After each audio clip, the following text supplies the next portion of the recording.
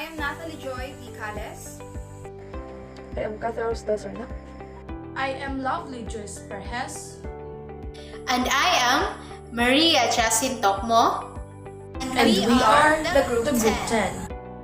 Before we'll discuss our topic about effective learning competencies, so let us know what is our main objectives so that in the end of our discussion, we will know if what are we need to learn. Our learning objectives first is to define the different concepts related to assessing effective learning outcomes. Then second, be able to craft effective learning outcome for the different levels in the affective domain. Third, be able to develop instruments for assessing learning. Here are the reporters in the introduction up to numbers 1 and 2. I will be the one who will discuss it. Then second, the numbers 2.1 and 2.2 will be discussed by Kales. Number 2.4 and 2.5 will be discussed by Maria Sentokpo. And the numbers 2.6 and 3 will be discussed by Lovely Joyce Perez. So, what is the overview of this topic? So, after describe a number of non-cognitive variables such as person's attitude, interest, and values, students' affect is important and teachers can help their students acquire positive attitudes. So, according to William James Popham in 2003, the reasons why it is important to assess affect are the following. So, first is educators should be interested in assessing affective variables because these variables are excellent predictors of students' future behavior. So, second, teachers should assess affect to remind themselves that there's more to being a successful teacher than helping students obtain high scores on achievement test. Then the third one is information regarding students' affect can help teachers teach more effectively on a day-to-day basis. So this means that in this chapter, the importance of affective targets, affective traits, and learning targets, as well as affective domain of the taxonomy of educational objectives will be discussed. Besides students' academic performance, there are other dimensions of learners that need to be assessed also. These are the aptitudes and attitudes that are related to the academic achievement of the learner. So that is according to Tanner 2001. Information about learners' experiences with a subject or an activity is only part of what is needed as an input in order to explain their performance. So it means in a class, it would be an obvious evidence that experience appears to be consistent from student to students since they belong to the same class and were given the same activity. Still, some perform better than the others. And this difference among students needs to be part of the information to assess students better. So, according to Harter in 1988, Lefrancois in 1994, the learner's attitudes toward academic tasks influence their achievements. Attitude is associated with what is called the individual's affective domain, and affect adds on a significant dimension to assessment. If there is a relationship between how students feel about a task and their performance, it is but necessary for teachers to assess affect and then do something to influence affect. So it means that it is not just to help the students like the activities they do, but do it better. So attitude measures are part of a broader category of personality measures. This area of assessment is significant since information about personality characteristics gives more information that will help in predicting how a particular set of learners will be likely respond to certain learning situation. So in general, psychology course, a more detailed study about personality is covered, but in this book, the focus is the connection to school and learners' achievement. So what are the relevance of affective targets as regards assessment of learner and facilitation of learning? So first, I will tackle the importance of affective targets. So researchers have established the clear link between affect and cognitive learning. Students are more proficient in problem solving if they enjoy what they do. Students who are in good mood and emotionally involved are more likely to pay attention to information, remember it meaningfully, and they apply it. Too much anxiety obstructs learning, and greater motivation is necessary for maximum performance. A more positive environment fosters good student engagement and learning than in a classroom with negative climate. So that means through the linkage of affect and learning of students has been well established, there remains very little systematic assessment of affect that is applied in classroom instruction. So, according to McWilliam, motivation and involvement of students in learning activities are affected by students' attitude towards learning. Respect for others. Learning activities are affected by students' attitude toward learning. Respect for others. Concern for others. Through these factors are known to teachers, yet most teachers do not utilize any kind of formal affective assessment. Possibly reasons are of school routines are organized based on subject areas, and assessment of effective targets is fraught with difficulties. This means that cognitive subject matter targets are agreed on as desirable for all students. This places affect in a position of importance but still secondary to cognitive learning.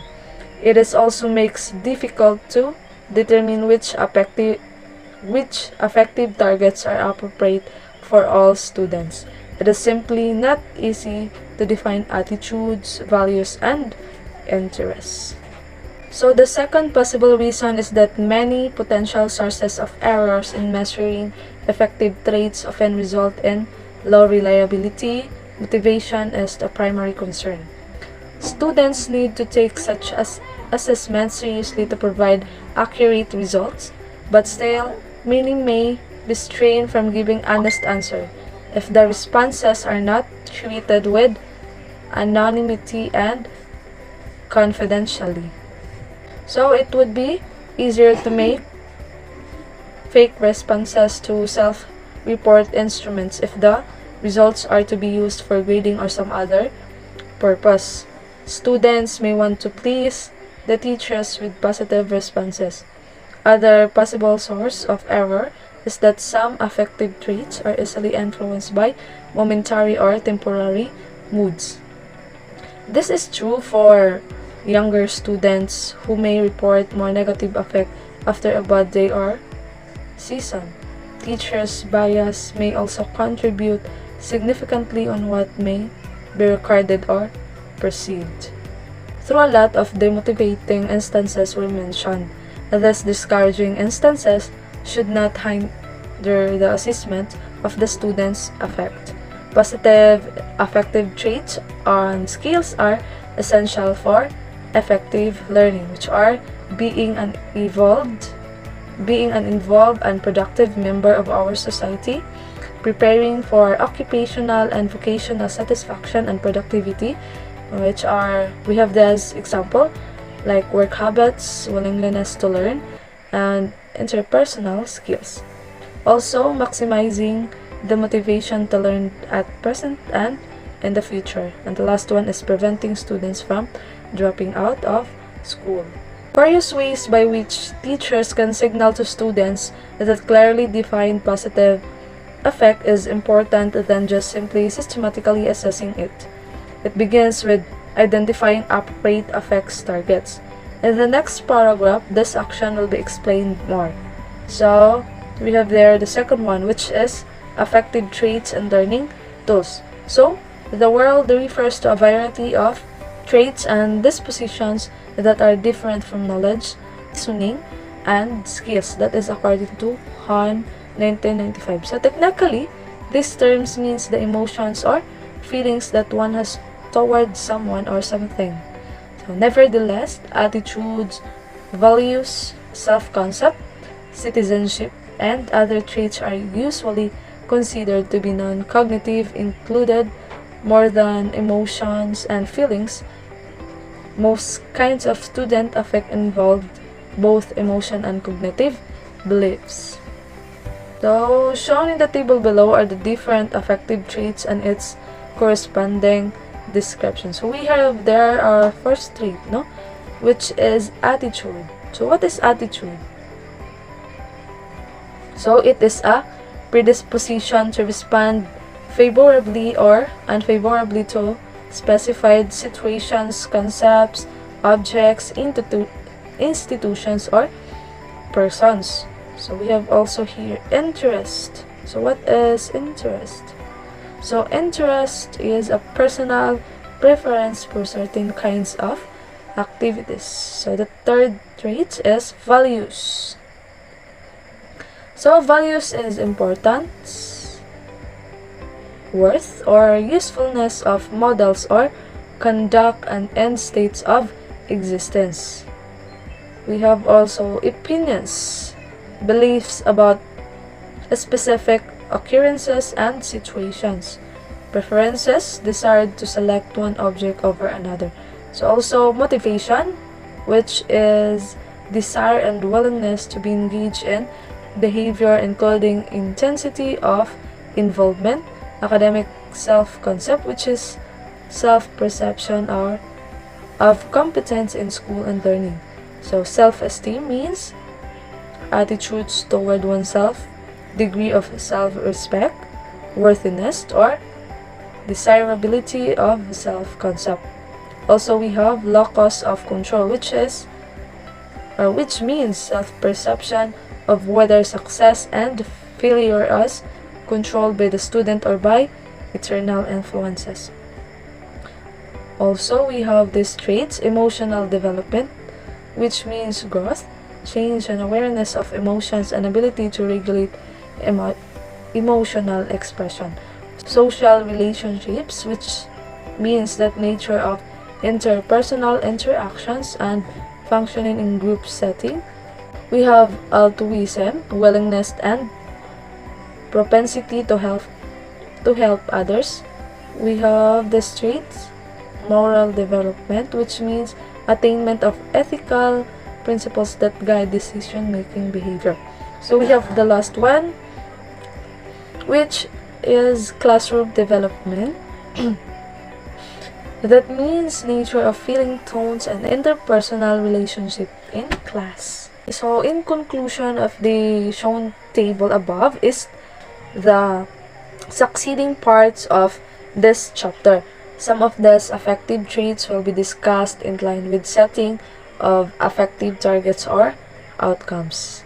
These traits have been studied and found out to be contributory factors in student learning. So now I will give the floor to Miss Natalie Joy Calles. 2.1 Attitude Targets. Macmillan in 1980 defines attitudes as internal states that influence what students are likely to do. The internal state can in some degree determine positive or negative or favorable or unfavorable reaction toward an object, situation, person or group of objects, general environment, or group of persons. It doesn't refer to behaviors, what a student knows, right or wrong in a moral or ethical sense, or characteristics such as race, age, or socioeconomic status. In a learning institution, attitude is contingent on subjects, teachers, other students, homework, and other objects or persons. Most often, one can identify the positive or negative attitudes that a person intends to foster or at least keep track of because these attitudes are related to current and future behavior. Some of these attitudes are listed in the table below. A positive attitude toward learning, math, science, English, and other subjects, assignments, classroom rules, and teachers. A negative attitude toward cheating, drug use, bullying, cutting classes, and dropping out. In researches conducted by social psychologists, they found that attitudes consist of three components or contributing factors. Number one, an affective component of positive or negative feelings. Number two, a cognitive component describing worth or value. Number three, a behavioral component indicating a willingness or desire to engage in particular actions. The affective component consists of the emotion or feeling associated with an object or a person, such as good or bad feelings, enjoyment, likes, comfort, anxiety, and etc. When a teacher describes students as liking math or enjoying art, the teacher is focusing on the affective component. The cognitive component is an evaluative belief, such as thinking something valuable, useful, worthless, and etc. In school, students can think history is useless and science valuable. The behavioral component is actually responding in a positive way. A strong and stable attitude is manifested when all three components are consistent, which means that if a student likes science, the student thinks it is valuable and reads science-related materials at home.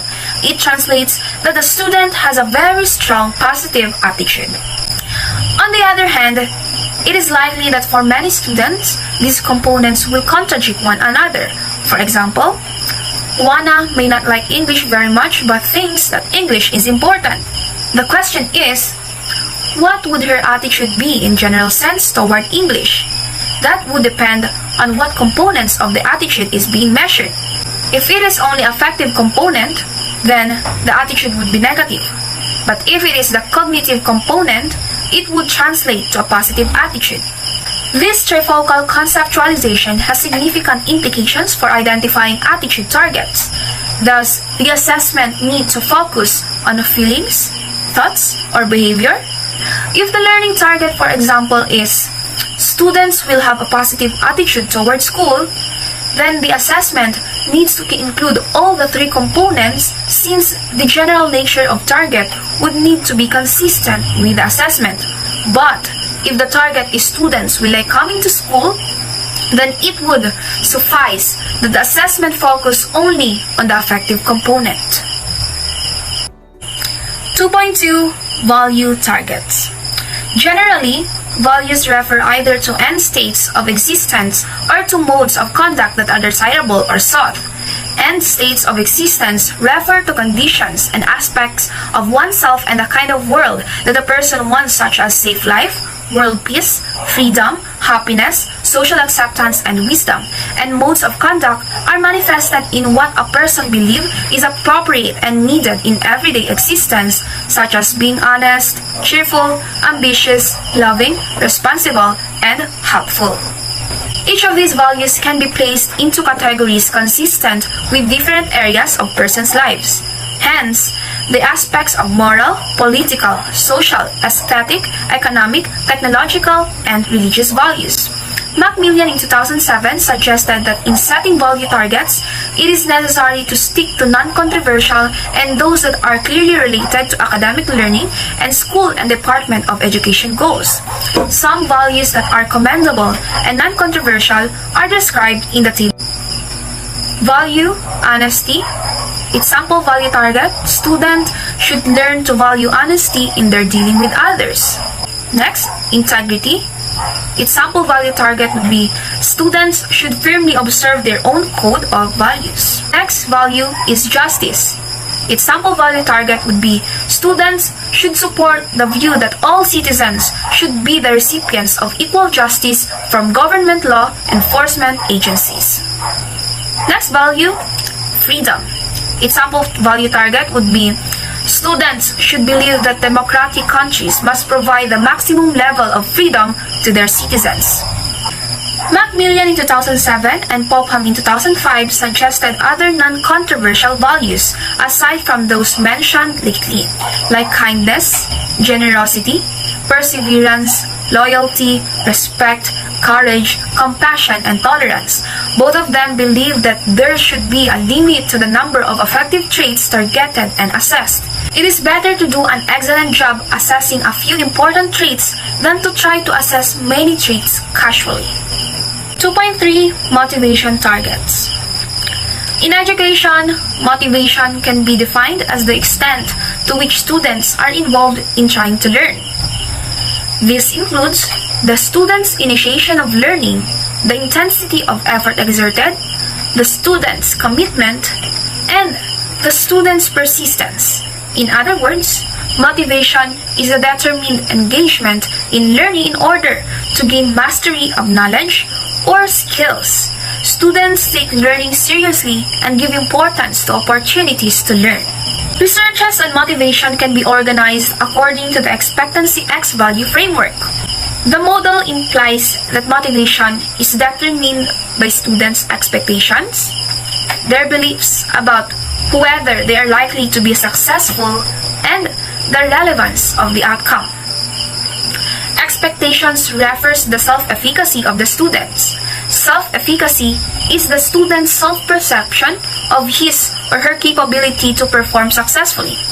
Values are self-perception of the importance of the performance. That is, the students see the relevance of the activity. For example, the students evaluate the activity they engage in if it is enjoyable or satisfying. Will it meet some social and psychological need, such as self-worth, competence, or belonging? Will it help the student meet an important goal?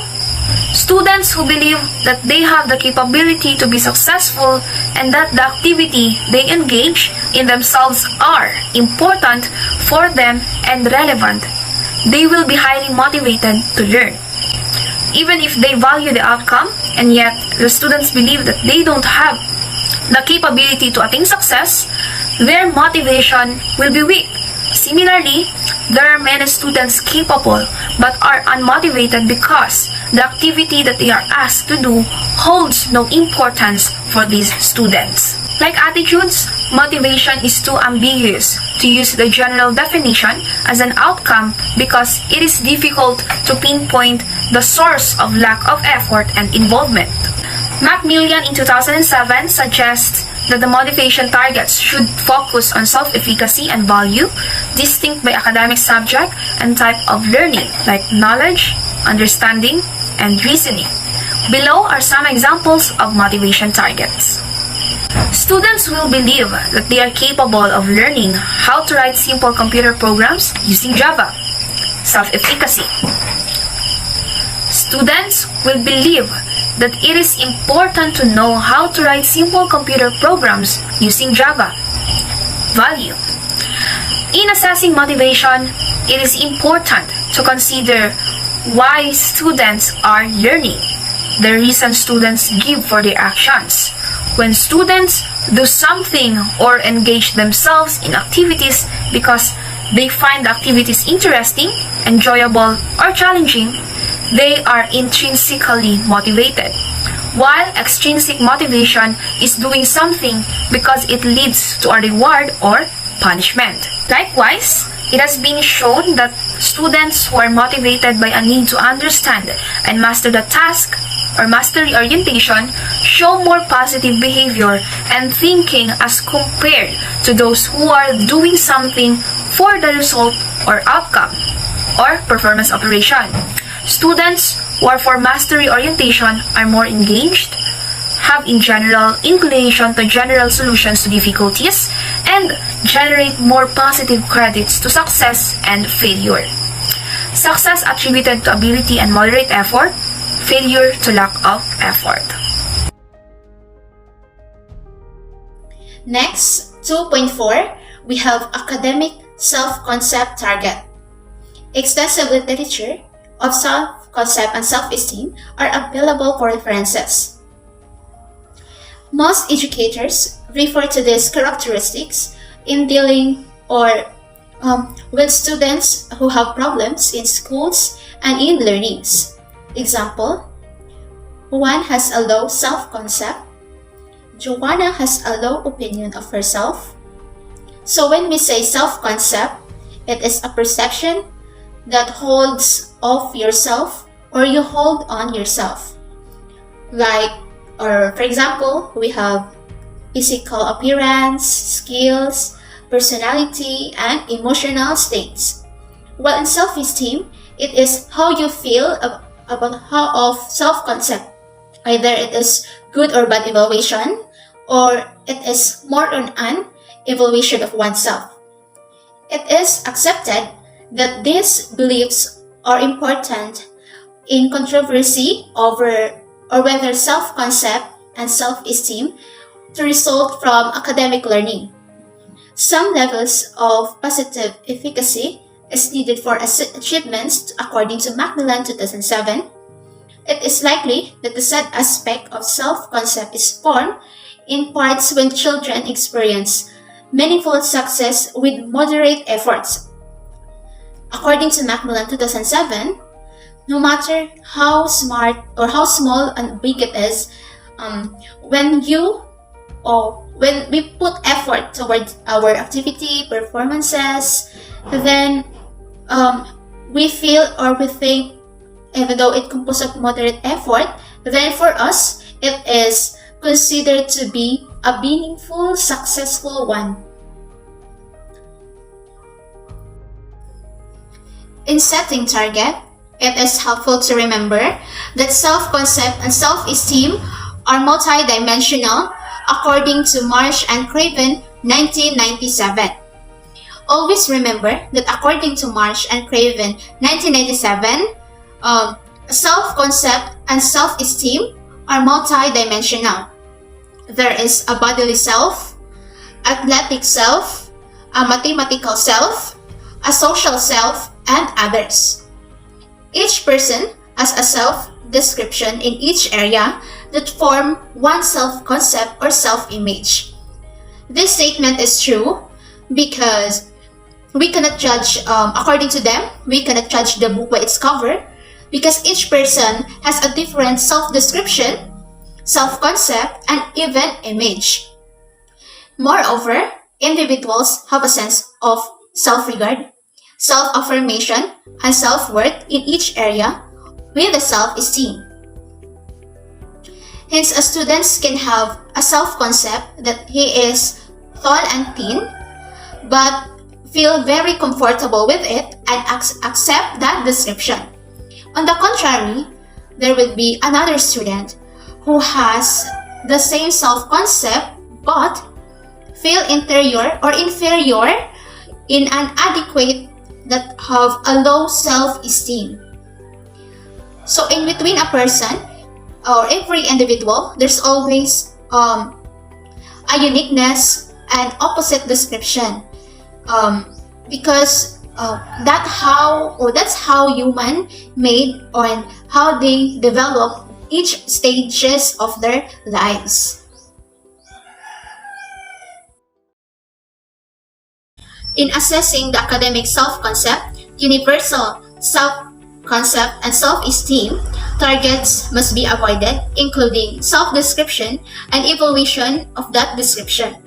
General self-concept measures through attitudes and motivations, if not beneficial, since general self-concept from areas not directly related to the academic learning.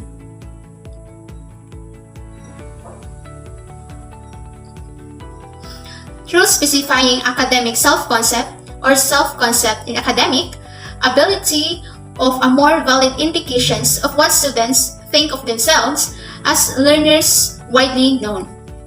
Targets that are specific in subject areas will yield to the most or more useful informations. In addition, it is also helpful to know where students drawn in the line between descriptions of themselves and if they like those descriptions. For cases or emotional problems, a general measure may be needed. However, the best to leave those kind of assessment for such cases in all psychological or counselor. So, in related to this, it is important to ask the students to know of where will be and what will be the proper belonging of us, including our mental problems, emotions. But if we can't handle it anymore, then our emotions and problems, then we need to visit or to contact an assessment from our psychologist or an even counselor for better understanding, that they will give the best suggestions that we need.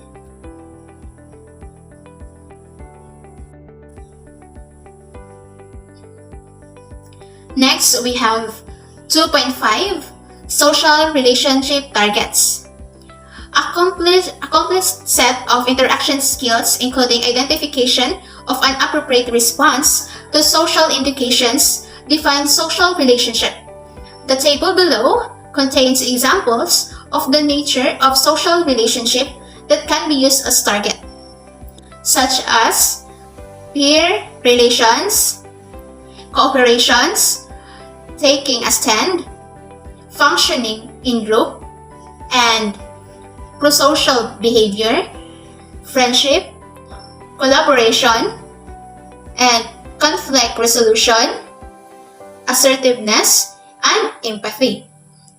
The examples cited on the table are most relevant in basic education, especially in elementary levels, as these social traits needed to enter academic achievement, and secondary level social traits that enhances interpersonal to becoming more important as a school works with the business communities to assess the needs. Specifically, those pertaining skills necessary to be successful in the workplace. Moreover, social interaction is a key element of knowledge construction, active learning, and deep understanding, according to Borich and Jamari 2004, that social interaction is a key element of knowledge construction, active learning, and deep understanding. As long as there are interactions that happen, students need to make necessary judgment and adjustment in thinking actions so as to accommodate others' viewpoints, to defend their ideas to others, and to share their opinions. These exercises encourage a deep understanding and keep students involved. In addition, interaction can help to promote good reasoning and problem-solving skills through observations and engagement in such activities. Presented in the table below are some examples of social relationship areas and corresponding targets. We have social relationship, target concern, and example. The first one is peer relationship. Its target concern if showing or interest in others, listening to peers, sharing to a group, and contributing to group activities. Where in an example, students will share their ideas in a small group discussions. Second, we have cooperative skills. Its target concern are sharing, listening, volunteering ideas and suggestions, supporting and accepting other ideas, and taking turns and criticizing constructively. For an example, students will demonstrate or they are able to negotiate with others and compromise. Collaborative skills needed to work in small groups, and it may include 4 components, namely, number 1, basic interaction, 2, getting along, 3, coaching, and 4, fulfilling particular roles. And according to Boric and Tombury 2004 and Hoy and Gregg 1994, that overall, a general target regarding improved social relationship or improved collaboration skills, this not provides specific to focus instructions and assessment. Above all, it is very important to us, the owner of our body, ourselves, to know how to balance our emotions, feelings, and problems for us to step on the right path towards our journey in life, specifically for us as a future educator.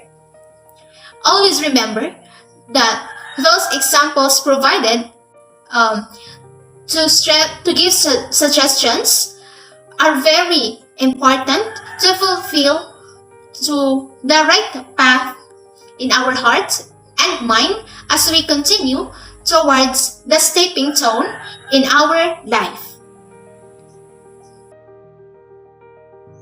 Classroom environment targets. As effective target, learning should seek to establish student feelings, relationships, and beliefs that promote positive classroom environment.